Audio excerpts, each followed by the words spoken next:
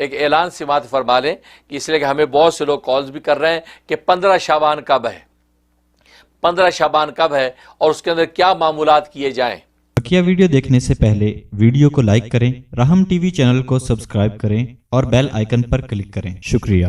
ظاہر ہے کہ آپ جانتے ہیں کہ میرا یہ فتویٰ ہے کہ گلوبل مون سائٹنگ جو سننا وے ہے، سننا طریقہ، گلوبل مون سائٹنگ مکہ مرکز، تو مکہ کے کیلنڈر کے مطابق ہم جو ہے وہ فیصلہ کرتے ہیں رمضان کا بھی، عیدین کا بھی۔ مکہ کے اندر عید ہے تو ہمارے یہاں عید ہے، مکہ کے اندر جو ہے وہ رمضان تو ہمارے یہاں رمضان ہے،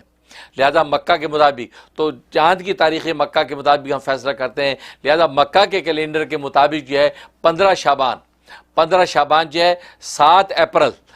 اپریل یہ ٹیوزڈے کی بن رہی ہے، تو 7 اپریل ٹیوزڈے، گویا کہ ٹیوزڈے اور وینسڈے کی جو درمیان کی رات ہے یہ 15 شعبان یعنی شب برات ہے۔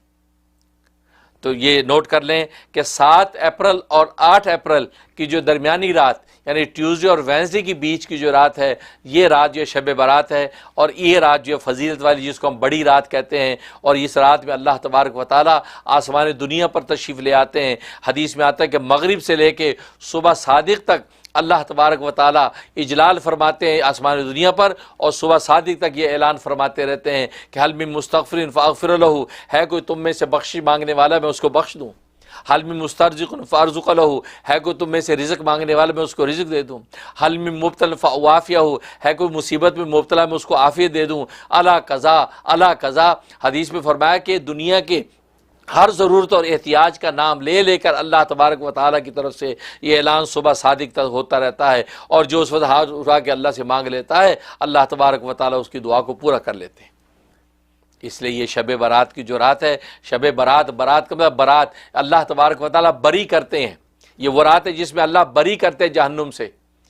بنی کلب ایک قبیلہ، حدیث میں فرمایا کہ بنی کلب جو قبیلہ ہے اس کے بہت زیادہ مویشی تھے، فرمایا کہ بنی کلب قبیلے کے جو مویشی ہیں ان کے بالوں کی مقدار اللہ تبارک و تعالیٰ آج کی رات لوگوں کو جہنم سے بری کرتے ہیں۔ یہ ایسی مبارک رات ہے، اس لیے شب برات جو ہے اس رات کے اندر اللہ کی عبادت کرنا، اللہ تبارک و تعالیٰ سے رجوع کرنا اور اللہ سے مانگنا، اللہ تبارک و تعالیٰ جھولیاں بھر دیتے ہیں۔ اس لیے یہ رات بہت مبارک ہے۔ اس رات کے اندر کیا اعمال کیے جائیں، وہ اعمال میں نے اپنی فیس بک مفتی منیر احمد اخون پیج پہ جائیں، فیس بک کے اوپر میں نے، اور رحم ٹی وی فیس بک، دونوں فیس بکوں پہ میں نے وہ اعمال ڈال دیے ہیں، بلکہ اپنے ٹویٹر کے اوپر بھی میں نے لکھ دیا، مفتی منیر اخون کے نام سے بھی میرا ٹویٹر ہے، اور مفتی اعظم امریکہ کے نام سے بھی یہ دونوں ٹویٹر، تو دونوں ٹویٹروں پر بھی میں ٹویٹ کر دیا ہے۔ لہذا وہ اعمال و اشغال جو اس رات میں کیے جائیں، بہت زبردست اعمال و اشغال ہے، وہ بالکل کریں پابندی کے ساتھ، اور کسی وسوسے میں نہ پڑیں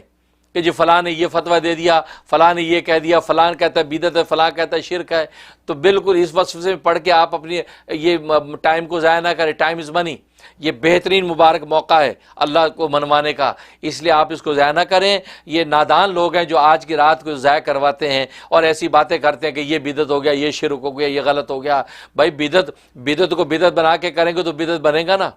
تو یہ کس حدیث میں آ گیا کہ نبی نے فرما دیا بدعت ہے؟ تو بلکہ فضیلتیں حدیثوں کے اندر موجود ہیں، اور ان حدیثوں کے بارے میں کہہ دیتے جی ضعیف حدیثیں ہیں۔ ضعیف نے 17 صحابہ 17 صحابہ سے حدیثیں منقول ہیں اس کی فضیلت کی، ایک دو نہیں۔ اور آپ جانتے ہیں کہ ضعیف حدیث یہ اصول حدیث کا اصول ہے کہ ضعیف حدیث اگر متعدد طرق سے آ جائے، 3 4 5 صحابہ اگر ضعیف حدیث نقل کریں تو حسن لغیری بن جاتی ہے۔ اور یہ شب برات کے لیے تو 17 صحابہ نے یہ روایتیں نقل کی ہیں، اور یہ تو علامہ ناصر الدین البانی، جن کو بہت سے وہ نادان لوگ جو شب برات کو بدعت کہتے ہیں، وہ علامہ ناصر الدین البانی کے بڑے پیروکار ہیں، بڑے عاشق دیوانے ہیں، ان کو اپنے وقت کا بڑا ایمان سمجھتے ہیں۔ تو علامہ ناصر البانی نے یہ بات لکھی ہے کہ اس کی فضیلت کی بہت سی حدیثیں قوی ہیں، بہت سی حسن ہیں، اور جو ضعیف ہیں وہ تعدد طرق کی وجہ سے حسن لغیری بن گئی ہیں۔ آپ خود اندازہ کر بھئی، آپ کے بڑے جب ان حدیثوں کو حسن کے درجے میں اور قوی کے درجے میں مان رہے ہیں تو آپ کیا پدی اور پدی کا شوربہ آپ امت کے اندر انتشار پیدا کر کے ہر چیز بدعت بناتے ہیں؟ اس لیے بھائی یہ حدیثیں جو بہت مبارک ہیں اور اس کی بڑی فضیلت ہے، اور میں نے جو اعمال و اشغال جو فیس بک پہ دیے ہیں وہ واقع کرنے والے ہیں، اس کے اندر ایک دعا خاص طور پہ جو بزرگوں سے چلی آ رہی بہت زبردست دعا ہے، وہ آپ کر لیں تو انشاءاللہ پورا سال جو ہے آپ دیکھیں خدا کی رحمتیں اور برکتیں۔ اس لیے جو ہے آپ نوٹ کر لیں اور یہ پیغام کو آگے پہنچائیں کہ یہ 7 اپریل اور 8 اپریل کی جو درمیانی رات، یعنی ٹیوزڈے وینسڈے کی جو درمیانی رات جو ہے یہ شب برات ہے۔ مغرب سے پہلے تیار ہو کے مسجد میں پہنچ جائیں، یا اپنے گھروں کے اندر اس کا اہتمام کرنا ہے، گھروں میں بیٹھ جائیں۔ اب مغرب سے لے کے آپ جتنی زیادہ زیادہ عبادت ہو سکتی ہے، صبح صادق تک اللہ تبارک و تعالیٰ نے کھلی کچہری لگا رکھی ہے، آپ جتنا چاہیں اللہ کے خزانوں سے لوٹ لیں، اور وہ اعمال و اشغال میں نے لکھ دیے ہیں، انشاءاللہ پابندی سے کریں تو یہ رات بہت مبارک رات ہے۔ پھر یہ کہ 15 شعبان کا روزہ، پھر یہ یعنی روزہ جب آپ رکھیں گے تو پھر یہ گویا کہ بدھ کا روزہ ہوگا، بدھ کا 15 کا روزہ ہوگا، اور یہ روزہ ایک بھی کافی ہے، یہ 2 روزے ضروری سے 2 کی شرط صرف محرم کے روزے کے ساتھ ہے کہ 9 اور 10 رکھے، یہ 10 اور 11، اس کے علاوہ کسی روزے کے ساتھ جو ہے وہ 2 کی شرط نہیں، لہٰذا 15 شعبان کا جو ہے صرف 15 کا روزہ یہ کافی اگر رکھنا ہے۔ ہاں ویسے اگر ایام 20 13 14 15 3 روزے رکھنے چاہیں تو بہت اچھا، تینوں روزے رکھیں، لیکن یہ ہے کہ ایک روزہ بھی آپ نے رکھ لیا تو وہ 15 شعبان کو روزہ، اور وہ حدیث میں آتا ہے، اور بہشتی زیور میں حضرت حکیم الامت تھانوی رحمۃ اللہ علیہ نے فضیلتیں لکھی ہیں کہ اس دن کے اندر اپنے گھر والوں پر جو ہے کھانے کی وسعت کرو، گویا کہ جب افطار کا وقت ہو تو اچھا کھانا پکاؤ اپنے گھر والوں کے لیے، جیسے مہمانوں کے لیے ہم اچھا پکاتے ہیں، گھر والوں کے لیے جو قورمہ بریانی پکاؤ، ان کے لیے پلاؤ زردے پکاؤ، اپنے گھر والوں پر جو وسعت کرے گا کھانے پینے کی، تو حدیث میں فرمایا کہ پورے سال اللہ تبارک و تعالیٰ اس گھرانے پر رزق کی وسعت کر دیتا ہے۔ اس لیے اس کو بہت ہی اہتمام کے ساتھ اس دن کو رات کو منائیے۔ اگر رمضان آ رہا ہے، اللہ تبارک و تعالیٰ کرونا وائرس کے حوالے سے یہ آفت دور کر دے، تاکہ رمضان کی تراویحوں کی رونقیں اور رمضان کے روزوں کا مزہ وہ جو ہے وہ سارا ہم جو اچھے انداز سے پورا کریں۔ یہ نہ ہو کہ خدا نہ خواستہ رمضان کے اندر بھی اگر معاملات ڈاواں ڈول رہے تو پھر یہ تو غیر رمضان کے اندر لوگوں نے مسجدیں بند کر دیں تو رمضان کے اندر کیا کریں گے؟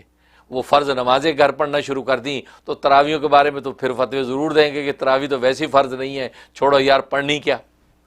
اسے اللہ تبارک و تعالی رحمت کر کے اپنے گھر کے دروازے کھول دے، اور جو ناراضگی اللہ کو ہوئی ہوئی ہے اللہ وہ ناراضگی دور کر دے، ورنہ جو یا اللہ ہم اتنے کمزور ایمانوں والے ہیں، ہم تو پہلے تیرے گھر کے دروازے بند کرنے کے لیے بالکل جلدی کرتے ہی نہیں، دیر کرتے ہی نہیں، جھٹ سے بند کر دیتے ہیں۔ اللہ تبارک و تعالی مسجد کھولنے کی بھی ہمیں توفیق عطا فرمائے، اور CDC کی گائیڈ لائن کے مطابق ہی کھول دیں، کم سے کم وہاں آنا جانا رکھیں، نمازیں پڑھے، کوئی اکا دکا آ کے سجدہ جو ہے وہ میں سر اپنا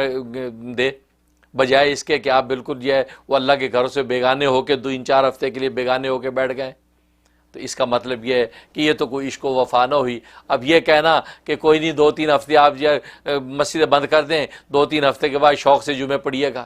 بھائی اس وقت پڑھیے گا تو یہ 2-3 ہفتے کے اندر جو ٹیسٹ ہوا، ٹیسٹ میں جو آپ فیل ہو گئے، ٹیسٹ میں جو آپ کی ایمانیات کے نمبر 0 آئے ہیں، اس کا کیا نتیجہ ہوگا؟ 3-4 ہفتے کے بعد جب جائیں گے تو کس منہ سے جائیں گے؟ اس لیے بھائی اپنے ایمانوں کو قوی کریں، آج CDC کی گائیڈ لائن کو سامنے رکھے، سوشل ڈسٹینسنگ کو پورا کر لیں، جو آپ کہتے ہیں تو اس کے مطابق کم از کم اللہ کے گھروں کو آباد رکھیں۔ اللہ تبارک و تعالی رمضان اور تراویحیں یہ ساری چیزیں پر رونق کر دے۔ بہرحال یہ شب برات کا میں نے بتا دیا، تو یہ رات ہے، اس جو ہے وہ رات کو جو ہے پورے اہتمام کے ساتھ منائیں، انشاءاللہ خوب برکتیں ہوں گی۔ اللہ تبارک و تعالی عمل کرنے کی توفیق عطا فرمائے۔